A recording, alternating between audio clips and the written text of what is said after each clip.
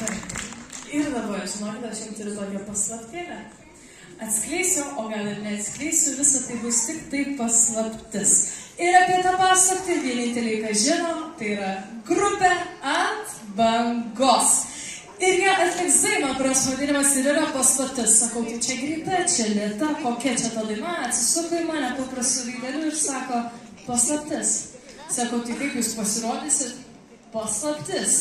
Tai iš kokio jūs miesto? Paslaptis. Žodžiu, atsakymų jokių neturiu, bet man rodos sužinosime viską kartu. Taigi grupė Ant bangos ir daina Paslaptis. Plojimai!